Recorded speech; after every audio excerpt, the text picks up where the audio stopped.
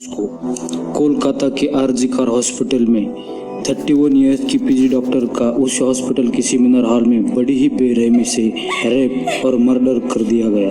Victim की हालत ऐसी थी कि उसकी आंखों में चश्मे के कांच घुसने की वजह से आंखों से ब्लीडिंग हो रही थी, गर्दन की हड्डी टूटी हुई थी, प्राइवेट पार्ट से खून निकल रहा था, उसकी पैरों को वाइड एंगल में 90 डिग्री खींचा गया था, उसकी वजह से पैरों की हड्डियां भी टूटी हुई थी, मुंह से, नाक से और शरीर के हर हिस्से से खून ही खून निकल रहा था। अब मैं और डिटेल में बताऊंगा तो आप लोग सुन नहीं पाओगे।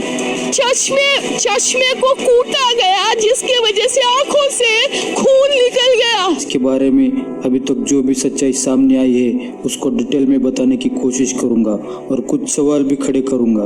मैं चाहता हूं कि आप लोग इस वीडियो को देखकर भले ही चैनल को सब्सक्राइब ना करें, लेकिन वीडियो को लास्ट तक देखना और लाइक भी करना ताकि वीडियो डिलीट होने से पहले ज़्यादा से ज़्यादा लोगों तक पहुंच सके। इस केस को डेफिनेटली कोई दबाने की कोशिश कर रहा है क्योंकि मुझे कुछ लूप होल्स मिले हैं जो मैं आपको आगे बताऊंगा।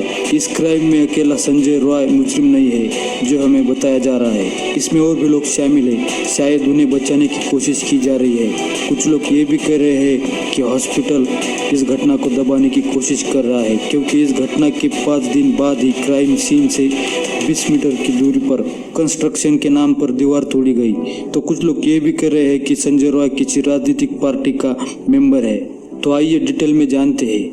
9 अगस्त सुबह 10 बजे आरजीकर हॉस्पिटल से एक कॉल आया। उस व्यक्ति ने कॉल उठाया। हॉस्पिटल से उस इंसान ने कहा कि आपकी बेटी बीमार है, आप जल्दी से हॉस्पिटल में आ जाइए। बस इतना कहकर फ़ोन काट दिया।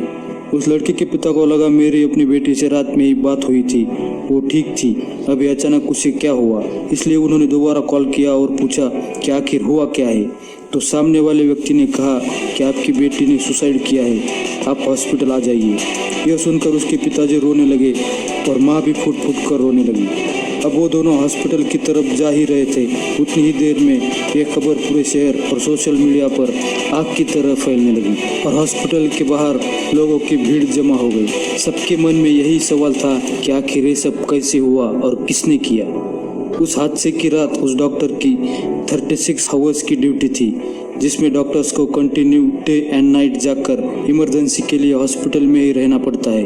उन्हें खाना पीना, नहाना, फ्रेश होना सब कुछ हॉस्पिटल में ही करना पड़ता है। उस रात भी विक्टिम और उनके 4 साथी सेमिनार हॉल में नीरज चोपड़ा की मैच देखते हुए खाना खा रहे थे। रात के 3 बजे उन्होंने डिनर किया और अपने अपने ड्यूटी पर चले गए, लेकिन विक्टिम यानी लेडी डॉक्टर थका हुआ महसूस कर रही थी, इसलिए उसने वही रुककर आराम करना ठीक समझा। सुबह के 4 बजे के करीब संजय रॉय उस सेमिनार हॉल में जाता है और डॉक्टर का रेप करता है। इसी दौरान डॉक्टर की मौत भी हो गई। इसके बाद सुबह 7:30 बजे बॉडी को देखा गया और जैसा मैंने शुरू में कहा था 10-10:30 बजे डॉक्टर के पिता को कॉल करके कहा गया था आपकी बेटी ने सुसाइड किया है। बॉडी को 7 या 7:30 बजे देखा गया और डॉक्टर के पेरेंट्स को 10 बजे बता दिया। इसके बावजूद उसके पेरेंट्स जब वहां पहुंचे तो उन्हें उस सेमिनार हॉल के बाहर 3 घंटों तक रोक के रखा गया। उसके पेरेंट्स रोते रहे, मिन्नतें करते रहे, हाथ जोड़ते रहे, हमें अपनी बेटी को देखने दो। फिर भी उन्हें बाहर रोक के रखा गया और 3 घंटों बाद अंदर जाने दिया। जब उस माँ बाप ने अपनी बेटी की बॉडी देखी तो उनका कलेजा फट गया। जैसे मैंने शुरू में कहा था, पूरे शरीर से और प्राइवेट पार्ट से खून बह रहा था, दोनों पाँव मुड़े हुए थे। ये देखकर कोई भी बता सकता है ये एक सुसाइड नहीं बल्कि रेप और मर्डर है। लेकिन फिर भी क्यों हॉस्पिटल वाले इसे आत्महत्या कह रहे थे? क्यों उसके पेरेंट्स को 3 घंटों बाद बुलाया गया और क्यों उन्हें 3 घंटों तक हॉल के बाहर रोक के रखा गया? यही इस घटना के कुछ लूप होल्स है। यही नहीं बल्कि उस हॉस्पिटल के प्रिंसिपल ने यह भी कहा था कि विक्टिम को साइकोसिस नाम की इलनेस थी, इसलिए उसने सुसाइड किया। आखिर हॉस्पिटल किसे बचाने की कोशिश कर रहा है? जब विक्टिम की बॉडी को पोस्टमार्टम के लिए भेज दिया गया और जो रिपोर्ट निकल कर सामने आई उसके बाद सारे लोग गुस्से से भर गए और ये जायज़ भी था।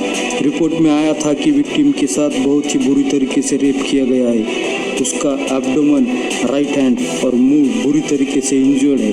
उसका कॉलर बोन बुरी तरीके से टूटा हुआ है। पोस्टमार्टम की रिपोर्ट से ये बात तो साफ हो गई कि ये कोई सुसाइड नहीं बल्कि रेप और मर्डर है। तब पुलिस ने इन्वेस्टिगेशन शुरू किया। सबसे पहले उन्होंने हॉस्पिटल के सीसीटीवी फुटेज चेक किए तो उन्हें पता चला कि रात के 4 बजे संजय रॉय सेमिनार हॉल में गया था और उन्हें वहाँ बॉडी के पास एक ब्लूटूथ डिवाइस मिला जिसे ऑन करने पर पता चला कि यह संजय रॉय का ही है। उसे गिरफ्तार भी कर लिया गया और उसने अपना गुनाह कबूल भी कर लिया।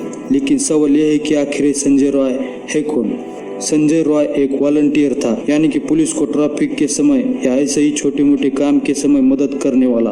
वो कोलकाता पुलिस का स्टिकर अपने बाइक पर लगा के घूमता था और कोलकाता पुलिस की टी शर्ट और कैप भी पहनता था। यह आदमी ना पुलिस वाला था न हॉस्पिटल में काम करने वाला, फिर भी उसे रात के 4 बजे हॉस्पिटल में एंट्री कैसे मिली? अब ये तो आपने सुना होगा कि संजय की 4 शादियाँ हुई थी और उसकी 3 बीवियाँ उसे छोड़कर चली गई उसके इसी बर्ताव के कारण। लेकिन इसके अलावा ये भी पता चला है कि संजय रॉय का ये पहला क्राइम नहीं है। इससे पहले उसने आरजीकर हॉस्पिटल से ही एक महिला का नंबर चुरा कर उसे फोन करके धमकाता था कि मुझसे मिलने आ जाओ। इसके अलावा कुछ महीनों पहले ही एक लेडी डॉक्टर ने संजय के ऊपर मिसबिहेविंग का केस किया था। इतने सारे क्राइम करने के बावजूद उसके ऊपर कोई एक्शन क्यों नहीं लिया गया? आपको क्या लगता है कि इस क्राइम में संजय के अलावा और भी लोग शामिल है? क्या इस केस को यहीं पर दबाने की कोशिश की जा रही है? कमेंट में बताना।